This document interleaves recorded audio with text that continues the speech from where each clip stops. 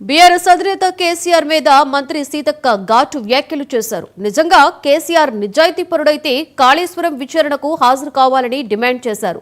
Justice Pinaki Chandra Ghose నేతృత్వంలోని vigilance commission విచారణ నిష్పక్షపాతంగా పారదర్శకంగా జరుగుతుందని పేర్కొన్నారు.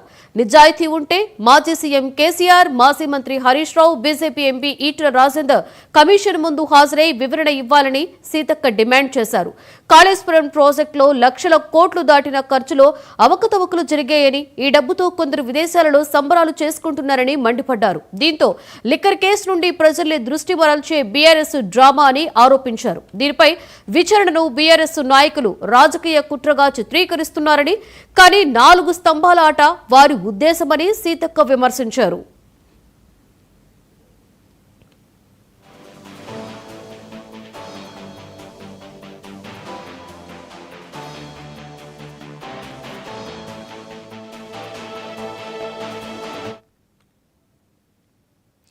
తిరుపతిలో దోపిడీ